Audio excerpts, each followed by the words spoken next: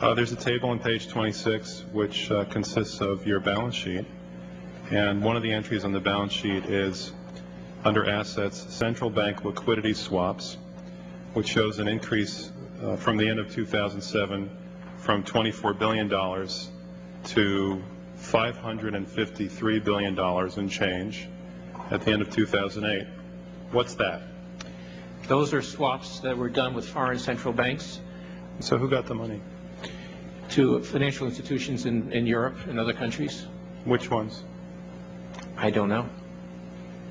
$500 billion, and you don't know who got the money? The loan went to the loans go to the central banks, and they then put them out to their institutions to try to bring down short-term interest rates in dollar markets around the world. Well, let's start with which central banks got the money. 1 month of the passage of the first banker bailout bill, the press reported that over $5 trillion had just disappeared out of the U.S. Treasury. By December, the amount of money that had been stolen had reached $8.5 trillion. The leadership of both political parties circled the wagons and would not discuss where the money had gone. In the Fed! In the Fed! In the Fed! In the Fed! Informed Americans protested the private Federal Reserve System at all 38 of their regional governorship offices. Arrest Bernanke and Paulson! Arrest all the criminals that stole the banker bailout money! I maintain that inflation, that is the increase in the supply of money for various reasons, is a tax. It's an unfair tax. It's a regressive tax. It hurts the poor. It hurts the retired people more because labor never goes up and keeps up with inflation. We never keep up with the need for the retired individuals to keep up with the cost of living. So I'd like you to comment on this. Is this completely off base, or is there something really to this? Every time we see the cost of living going up, that we indirectly are paying a tax. Congressman, I couldn't agree with you more that inflation is a tax and that inflation currently is too high. Stable prices, we have to have stable money. But I cannot see how we can continue to accept the policy of deliberately destroying the value of money as an economic value. It's so immoral in the sense that, what about somebody who's saved for the retirement and they have CDs and we're inflating the money at a 10% rate? Their standard of living is going down, and that's what's happening today. The middle class is being wiped out, and nobody's understanding that it has to do with the value of money. Prices are going up. So how are you able to defend this policy of deliberate depreciation of our money? Congressman, the Federal Reserve Act tells me that I have to look to price stability. Price stability. As George W. Bush betrayed his foolish followers, so must Obama, because his only allegiance is to his offshore masters. Summers tells Obama what to do. Summers tells Geithner what to do. So we had Snow, we had Paulson, now we have Geithner. All these people cut from the same bowl of cloth. All you folks don't even realize that you're helping people that you're associated with, and you should be recusing yourself. I behaved with the... you don't think you should have recused yourself? Every time in history when a group of banks in conjunction with the government was given the power to expand the money supply at will, those economic systems always collapsed. If they make a mistake, they get bailed out. If everyone else makes a mistake, they get put in jail, called a terrorist. The tune of $23.7 trillion worth of taxpayer exposure for the bailouts is quite striking. This is by probably an order of magnitude the biggest fraud in history. Why would you need international bankers? Why would any government agree to use them? It's nothing more than a private, hostile, corporate takeover of every sovereign nation on earth.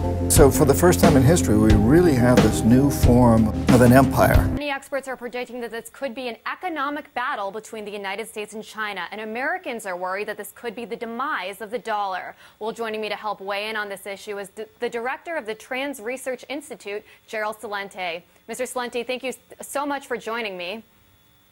Oh, my pleasure. First of all, can you tell me, why do you think this happened? Well, it was a trend that's been long predicted, and we've been predicting it. I say it over and over again. You can't print phantom money out of thin air, backed by nothing and producing practically nothing without destroying the dollar.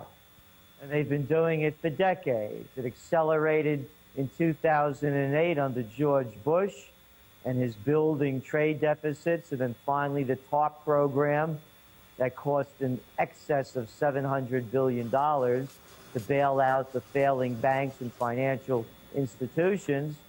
And then it was reinstituted to an even greater number by President Barack Obama, printing another several hundred billions of dollars worth of valueless money. And the whole world knows it. This is the reality of the crisis in the U.S. economy. People who used to own their own homes are living hand to mouth on land once occupied by those less fortunate. In the last month, some 60,000 houses were repossessed, their occupants forced out when they could no longer meet ever-increasing mortgage payments. Now they shower at a local church and get by on handouts.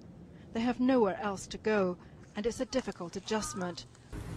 Oh, they're certainly going to be surprised if they haven't seen these images before, Monica. I mean, it is awfully bad, and there's no sign that it's getting better anytime soon. And there's a terrible irony in all of this. About a century and a half ago, this area around Sacramento was basically the center of the gold rush. Prospectors pitching their tents along the banks of the American River in order to strike it rich. And today what we see is regular Americans pitching their tents, sometimes in the shadows of downtown Sacramento's skyscrapers, in the hopes of basically buying more time, or simply because they just don't have any other choice. The shelters in and around the town are absolutely overflowing with people. We understand from authorities that there's some 1,500 or so people living in these 10 cities, and as you mentioned, with 50 newcomers joining them essentially every single week. The images, as we look at this, people making their lunch or their dinners, are absolutely striking. What you're seeing, for the most part, are regular middle-class Americans, many of them who had lived from paycheck to paycheck, down on their luck when they lost their job and then their car and then their home, a pattern that we have seen repeated across the country. And many of them now living in these shanty towns that are reminiscent, as you can imagine, of what we saw, at least the images we saw from the Great Depression. Number since we first asked the question more than 2 decades ago. And for the first time ever, the majority thinks it's in very bad shape. For a small but growing number, the economy has hit bottom. Seth Doane continues his series, The Other America. In the shadows of the high-rise casinos, one community in Reno, Nevada lives with almost nothing. In tent after tent, a human mosaic of suffering. Did you ever imagine you'd wind up living in a place like this? Oh, no, no. I imagined myself being in a tent for a vacation. Nevada's unemployment rate is at a 23-year high. In Reno, the number of jobless jumped nearly 60% in the last year. Now, for 170 people, this is home. I know God's going to take care of me, but some days it's very scary. Whether it's the blaring train or the blazing sun, life is not easy here for the mix of chronically homeless and those newly so, like Michael Moore and his partner, Marianne Champ. I mean, we worked all our life. We shouldn't be at our age having to sleep in the dirt.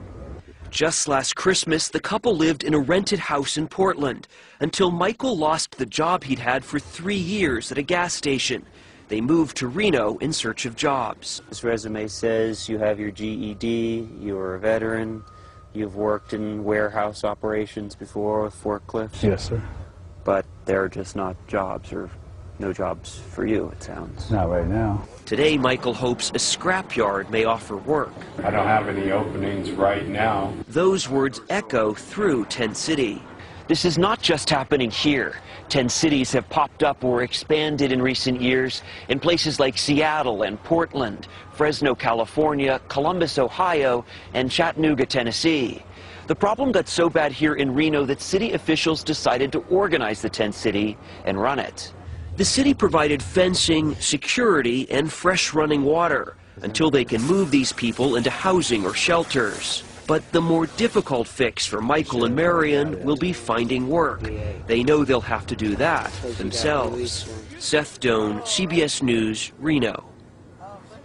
And that is the CBS Evening News for tonight. I'll be in St. Louis tomorrow for the vice presidential debate.